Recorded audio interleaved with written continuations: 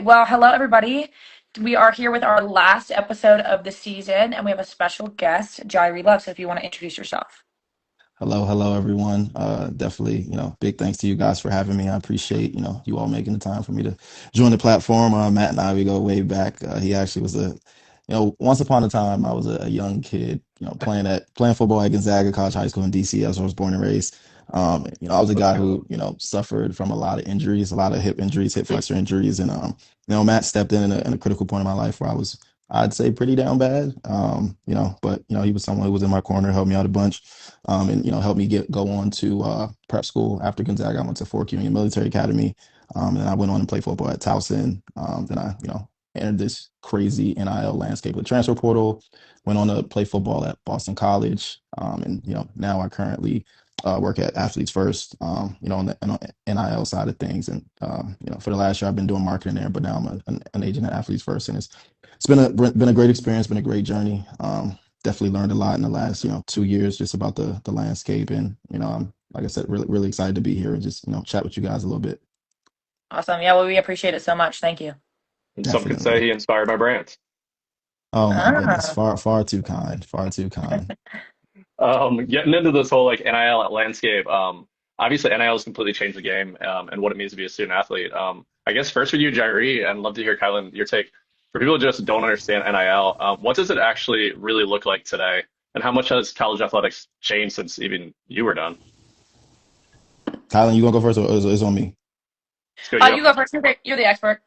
Oh, far from. But I would say that, just for me, I was just a kid who wanted a full scholarship. I just wanted my parents to not have to worry about the load of college. And that was something that I did and I was proud of. And now you get to the point, now in this day and age, you got sophomores in college, freshmen in college already suited and booted with agents. So it's definitely completely different. There's a lot of money involved. There's a lot of, politics involved in it. And I feel like the biggest difference is just how early it starts. I'd say. I think that it was kind of like a rare thing if a kid had an offer, no, across any sport as a freshman. That was like pretty rare. But nowadays, by the time your sophomore year is finished, people are starting to have detailed plans of action, suited and booted representation, and having plans for their future at such a young age. I didn't know what major I, was going to have as a sophomore in high school, yet alone who I wanted to represent me. So I think that it's you're having to mature and having to have really tough conversations at a way I cut out completely. Well, for like a second, for just a second. You said tough conversations. Oh Yeah, it yeah, was yeah, like that right. that that, that was like the end of my spiel. Okay. Hopefully, Um, hopefully all wasn't lost. I kind of got deep into a little bit, but tons of tough conversations. Much tougher than I ever was exposed to as a sophomore in high school. Even you think about it when I was going through the process of playing football, you really couldn't even talk to an agent until you were, declaring and exhausting your eligibility. And now it's like college football or college sports in general is a whole different professional league, and it's a lot coming at these kids, very fast. I would say, at first you're just worried about, what sport you wanted to play, doing good in school, and maybe a girlfriend or boyfriend, whoever you're dating here and there. yeah. And now you gotta like, interview these agents and have to decipher who's real from who's fake and have to have topics, hard conversations about money. It's not just about the simple things. It's far from it. And it's very interesting, I'd say. Yeah, I think you have way more of a um like a insight on the football thing. Like that whole world is like I know nothing about it, but I know more about like the brand deal side of stuff. And I was lucky to like get hooked up with an agent really, not really, well, kind of really early. And he was awesome, and he helped. I mean, I'm still with him today, but he's helped me so much, just like understand the way that NIL works, how you can make money off of your name, image, and likeness, and what brands want. You need a niche and like that kind of stuff. So it's been really cool to see like just how NIL has changed over the years. But also it's just crazy how not I was gonna say out of hand, but it's just crazy how insane it really can get, especially with like the whole football and agents and going to the NFL and I don't even know what else. But like it's just insane. So it was cool that NIL kind of started right as I was entering college, and I got to kind of see how it panned out. I would say that I I'm glad that you touched on the fact that like where it kind of started for you. I'm glad that I was kind of in the same batch as the group that I guess Matt was there, not to call you old or anything, but the OGs of college Oh, sports. Yeah, the old heads where it's like, listen, it's pretty simple. Like you're coming here, you're trying to get a scholarship or even walk on, just be grateful to be a part of the program. yeah. But then it's like as I'm a grad student, I'm looking at these kids and my first year of grad school is when Zay Flowers decided to come back to Boston College. And he at the time I think was getting maybe like 350,000, which now in the NIL deals is spitting a bucket. So I think that like it's definitely, I was blessed to see, both sides of the coin. Yeah, I guess what do you guys think athletes are balancing today to add to that? Yeah, I mean, it's a lot to even like Jerry, you just touched on it. Go to school, play a sport, have a social life, but now they have money on the line. Like, how Yeah, hard is that? I think for some people it really helps them. Like when I was in school, our coaches and our teammates and like whatever, we were really just wanting to keep things clean and just represent the school with pride and stuff like that. But I think nowadays it really helps people keep their Instagrams cleaner instead of posting silly things like maybe in high school and stuff like that that could have uh, been detrimental for you as a college athlete. So I think it definitely keeps people's Instagrams cleaner, but I think it's hard. Like even it's like so silly and it's kind of crazy for me to say this, but like I'd be in school, I'd be doing practice and then I'd be like having to meet deadlines of like making these videos and I'm just like I don't have time to sit down, take the video, then edit it, then send it to them for approval and then if they don't approve it then redo it. Like it's easy, like easy money, but it's also harder than it might seem for some, especially if you don't have like a creative niche. For sure. Well, I'll say what Kylan's kind of referring to is, the third party marketing aspect of what NIL is, where you do have to take time to, like you said, make sure that cleanliness and, just professionalism is an all time high on your social media platform. Because at the end of the day, if a brand's investing in you, they need to get their ROI and make sure that you're a good representative of, what they set out to represent across, whatever their platform is. But I would say that nowadays with the revenue sharing, how that's kind of changed. I feel like, athletes, it may not bat an eye at, whatever the dollar amount is of, money you may get from third party marketing because you're going to get a guaranteed money from the school without having to, post whatever clips. And so, some guys may feel like, oh, well, I'm getting, enough money on the field. I don't really need to worry about my social media. I may not post. I may not have any pictures up. So Yeah, it's and what comes with that is ensuring that you have the proper team around you because you can be getting as much money it's possible you can get $1 million, $2 million, but if you're on the right team around you, right financial advisor, you're just giving the money right back. So it doesn't really make a difference. So I think that like the most important thing is having, people not only that you trust, but that are credible, and are a real asset to your team because I feel like it's a space where, you have people, you can have a family member or, just a coach or anybody that you truly trust, but doesn't mean they're credible to ensure that you're not only maximizing everything you can get in this NIL realm, but retaining the things that you earn. absolutely.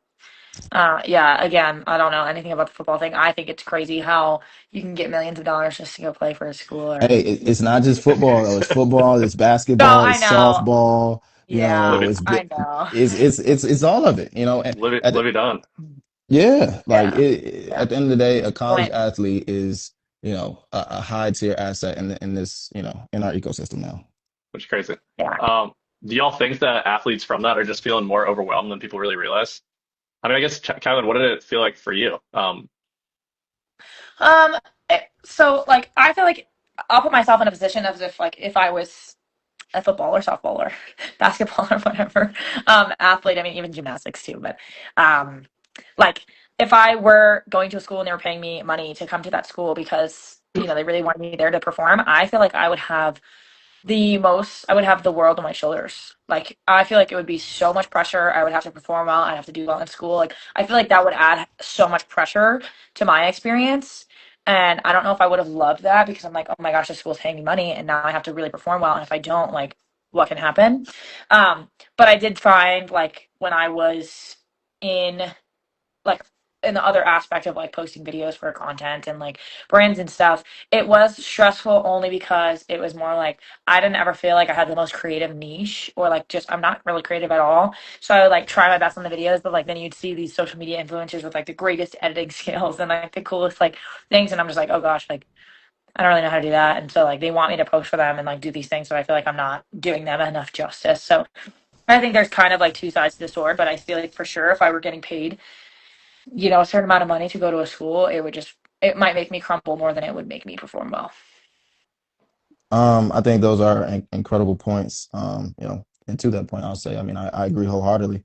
Like I said, I hate to keep on kicking the bucket on this simplicity kind of thing, but at the end of the day, these are kids. You going to college, 18 years old, and now having to worry about money, contracts, and the possibility because people don't think about the fact that yeah, it sounds cool, like I just signed this, whatever deal, but there are expectations that come with that.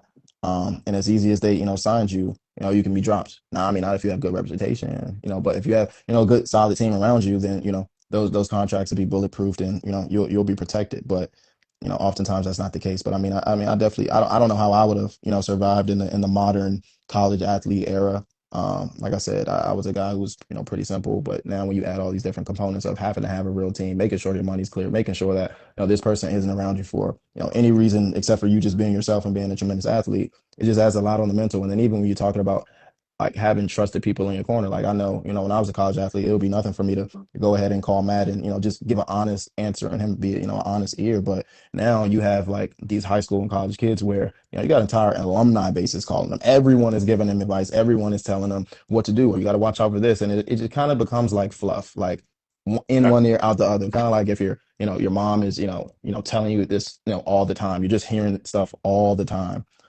So it's just it's a lot, man. I would have hated to be Caleb in this type of day and age. Oh my God. Yeah. Crazy. I guess getting into that, like, how do you guys feel like that affects the athletes almost view themselves as a business and just how much they identify with it? I know we touched on that, Kylan, with Weston a couple weeks ago, but like now these are 18-year-old kids literally having to view themselves as professionals. I mean, I was not that at all. Yeah, no, I definitely wasn't either. I think it for sure ties even more identity into their sport than they have had before. So I think that just makes it way harder, puts more pressure on them to perform better. And then ultimately, the people who, are diamonds will be great under pressure, but the other way, you're crumbling. Pressure makes So, diamonds. yeah, exactly. For I am sure. not a diamond. No, yes, you are. Come on, don't say that. No, no, Uh, no, no, no. Pressure did not make me better. well, it will in your future endeavors. Oh, thanks. We'll speak that into existence. But I mean, I think at the end of the day, like if you don't treat yourself, what you are, which is a business. I mean, at the end of the day, if coming out of high school, you're in a situation where you're making, way and above 200K a year, if you're not treating yourself like a business, you're doing yourself and the business that you are a disservice. So I mean, I think that, like I said, it kind of almost reminds me of when Hollywood was super big and you had all these like kids making movies and making music. Like they had to mature at a really young age. They weren't going to school, a lot of them, but they had real money behind them. And I think that now the lens has kind of just shifted and it's now into these collegiate athletes where they're having to grow up really fast. They have to kind of like be in charge of a lot of things, and things kind of don't go right. It's kind of on them in a certain aspect. Because I mean, if you're 17 to 18, even all the way up to 22 years old, and you're the primary breadwinner of the house, who's going to really tell you anything? You kind of have to like take Yeah. charge, of your life and of what you've earned and created for yourself. Otherwise, it's going to crumble. I mean, it's great that the kids who happen to have good support systems, families who assist them in that process. But honestly, that's not always the case. Yeah, Yeah, it's absolutely. fun. I had an athlete just the other day. He played at Georgia, and he was just saying to me, it is kind of cool to see that we're suddenly seeing athletes in the NBA draft where they just had like clearly the families were able to like support the families versus back in the day we never saw that, which I think that is one area NIL definitely helped. But I guess how do you think these athletes separate from who they are with all that being said? Um, I don't think that there's much separation now. I think that at the end of the day, kind of like I made the Hollywood reference. If you're walking around any city in America, let's say whether it's your high school or your college and you're playing football, people are looking to you and they're thinking off the bat you're rich, which is not often, it is not always the case. Some of these guys are definitely high earners, but just because you have the uniform and you suiting up doesn't mean that you're a super high earner. It also doesn't mean that you're guaranteed to get an NIL deal. What a traditional NIL deal is just because you're suiting up and everything like that. But I think this is probably the biggest time in our lifetime to be an athlete. Like it is so much pride in okay, well, because everyone thinks that if you're an athlete, you're going to the NFL, which is also not the case. But the thing that I love about NIL is the fact that you have a chance to, no matter what, no matter if you say, okay, well, you know, my body just can't take it anymore, or I'm actually interested in a lot of other things. If you have the right team around you, you can position yourself, you know, for a life that's, you know, outside of football. So I mean, I don't think it's a time to run away from the identity. That identity, you know, can open up, you know, more than a few doors for some of the things that you like. So I would say exhaust and abuse that identity, you know, just because of how far it can take us, what will take these kids nowadays. Yeah. And I mean, like Matt, you've seen people do like NIL deals. I mean, obviously I did one with you. So how do you think that social media has changed how athletes view themselves and their values? I I think it's made it a scenario where like athletes they legit are having to grow up quicker. They're having to be responsible quicker. They're having to really view themselves as a brand. I mean, I made the reference. I mean, Jerry, we talked a little about high school, but like it wasn't normal for kids really to even know how to like have a conversation half the Yeah. time back in the day. Now you've got kids at 16 years old where they're having conversation. I'm going to go ahead and do this for my family, or I'm having to do this or that. So it's one of those things where like if they have a good circle around them, right, family, there's exceptions or there's enigmas that are probably going to make it far in sports anyway. They matter more, so the kids don't just become money hungry and they don't do it for the wrong reasons or get the wrong person wrapping up into something, which you hope there's people that aren't trying to take advantage of it, but unfortunately, I feel like it happens more now than ever. Um, which I guess getting into like all that portion, what do NIL deals actually look like for athletes? Because we talked a lot about the high achiever, but the low earners, I feel like that's the majority. Well, I mean, they span a spectrum. At the end of the day, you know, just like, you know, any market, you know, even within, like, let's say, you know, you have your national deals, which can, you know, span a spectrum and, you know, what they're priced at, but then you also have your, you know, your local deals. So if a kid is, you know, let's say he's at, you know, Boston College, it'll be your local mom and pop shop who may want to endorse him, give him a couple grand and, you know, 10, 20, you know, $30,000, but probably maybe less than Boston, maybe like 10, $15,000 dollars. And it maybe have minimal deliverables, a social post here and there, or even if it's not, you know, money driven. You know, at the end of the day, just, you know, if you're an athlete, you have a platform, local businesses and vendors acknowledge that, and they may, you know, it may be a free product gifting, or, you know, we may give you some Normatec boots or whatever the case may be. So it's not always money, but there's other ways that, you know, can, you know, make an athlete feel special, make a brand feel like they're gaining some reach, and it be like a mutual exchange. But I hope I answered that question properly. I didn't know what, in terms of, if you were talking about the loot of it, like what they look like from a money aspect, or what. But I hope I did a fine job with that.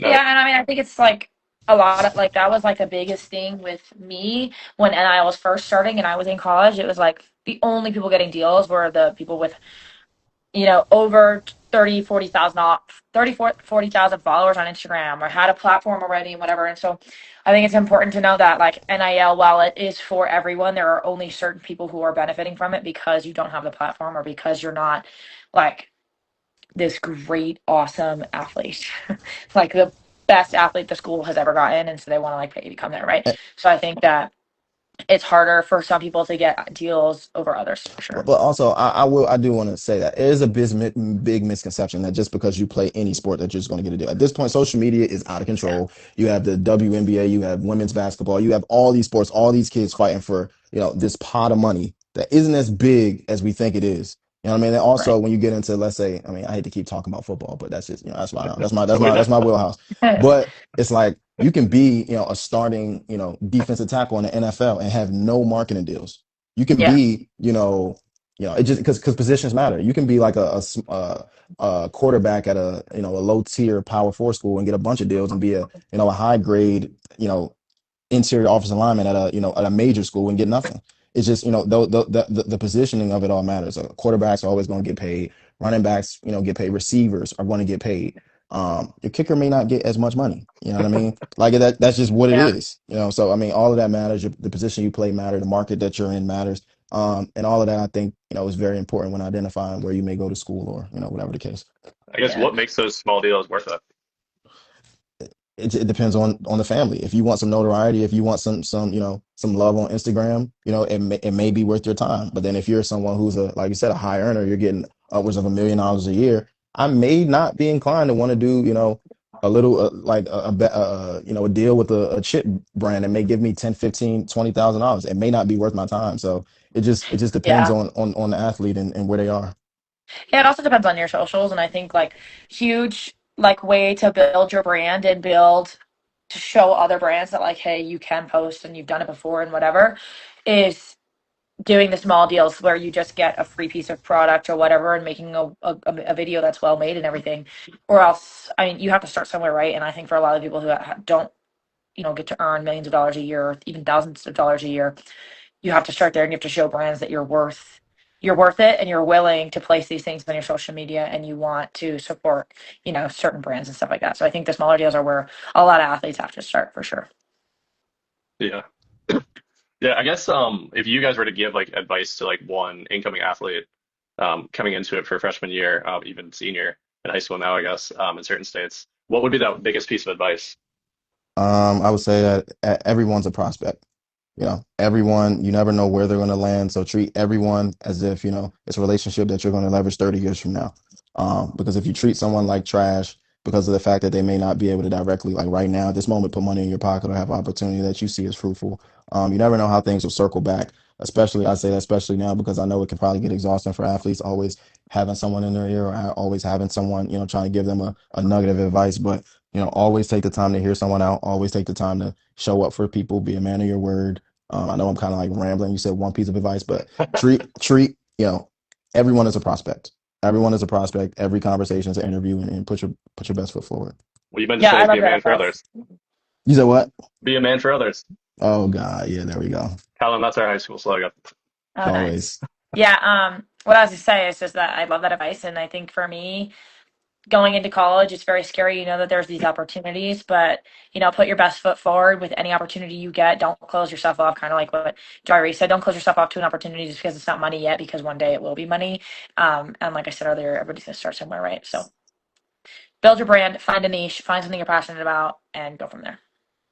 Yeah, no, and I love that. I mean, I think it's all about relationships. I mean, Jerry and I probably back then would have been an NIL deal. Kind of when we started from an NIL, so like it's all about relationships moving forward. The more, I mean, everybody's an opportunity. It's just like interviewing for a job, but it's really treat people the way you want to be treated because you never know how a relationship can pan out. 100%. Absolutely. Well, I appreciate you guys so much for coming on, and thank you, Jireh, for spending the time with us to teach some people about NIL, and even me because I learned a lot today.